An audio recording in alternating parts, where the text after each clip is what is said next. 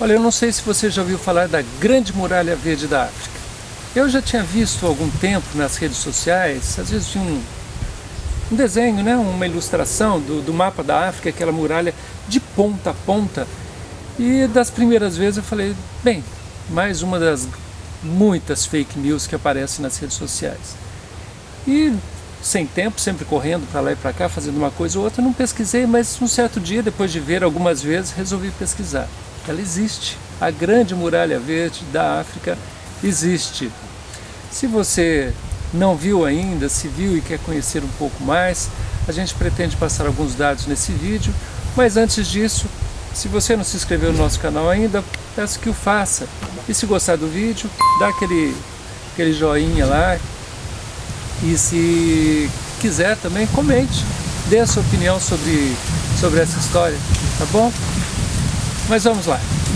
A Grande Muralha Verde da África é um projeto de uma magnitude espetacular. Ela vai lá da costa oeste, né, do Senegal, e vai passando pelo continente africano, numa região chamada de Sahel, que fica para baixo do deserto de Saara, e vai até o país que fica no extremo leste, que é chamado, se eu pronuncio direito, é Djibouti, né? Numa faixa então de 8.000 quilômetros por cerca de 25 quilômetros de largura. Um projeto espetacular, um projeto que inclusive não é um maciço florestal. É claro, as árvores são um elemento importante para conter, inclusive o objetivo central, principal, é conter o avanço do deserto de Saara, mas também tem um objetivo social.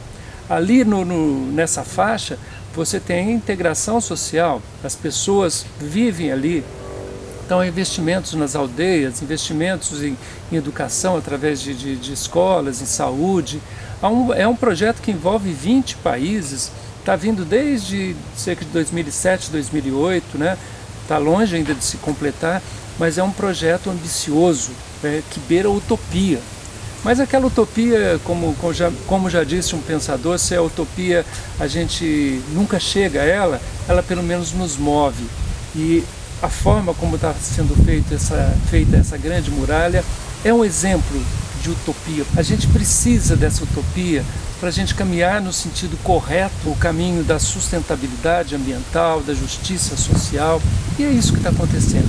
Agora, quando a gente vê essa grande muralha, esse projeto, não há como a gente não comparar com outras duas situações. No extremo, se a gente está falando de um continente que contém um dos países mais pobres do planeta, do outro extremo a gente tem os Estados Unidos, um dos países, ou o país mais rico do planeta. Se deste lado de cá, na África, a gente vê vários países, 11 se não me engano, que estão fazendo essa muralha, né, com objetivo social, entendendo inclusive o quanto as alterações climáticas estão sendo destrutivas do ponto de vista ambiental e do ponto de vista social, promovendo a migração de muitas pessoas dos mais diversos países, tanto para os países do continente europeu quanto até para o próprio Estados Unidos. De outro lado, nos Estados Unidos a gente tem um presidente que pretende faz parte do seu programa de governo, das suas ações, fazer uma muralha, um muro, não mais um muro que integra como esse da África, mas um muro que divide, que segrega. Se lá na África a gente tem países entendendo a importância de se combater ou minimizar os efeitos das alterações climáticas, nos Estados Unidos a gente tem um presidente que nega, que diz que não existe, né, que nega aquilo que a ciência mostra, aquilo que os dados concretos estão mostrando. Em Miami Beach, por exemplo, algumas ruas estão sendo elevadas em razão da elevação do nível do mar. Outra contraposição que a gente tem que fazer é o que acontece no Brasil. Na África eles estão plantando, no Brasil as árvores estão sendo destruídas, derrubadas aos milhares, aos milhões na Amazônia. A gente tem a maior floresta tropical do mundo, que tem a maior biodiversidade do planeta, e aqui ela está sendo destruída aceleradamente. Como disse recentemente o ministro do Meio Ambiente, eles estão aproveitando esta pandemia momento em que os olhos da imprensa e da sociedade estão voltados para esse problema grave do ponto de vista sanitário, a floresta amazônica está sendo destruída de forma aceleradíssima. Nesse período de pandemia está batendo todos os recordes de destruição.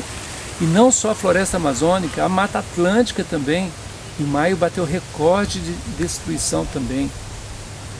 Bem, esses são os exemplos negativos, mas foquemos nos exemplos positivos.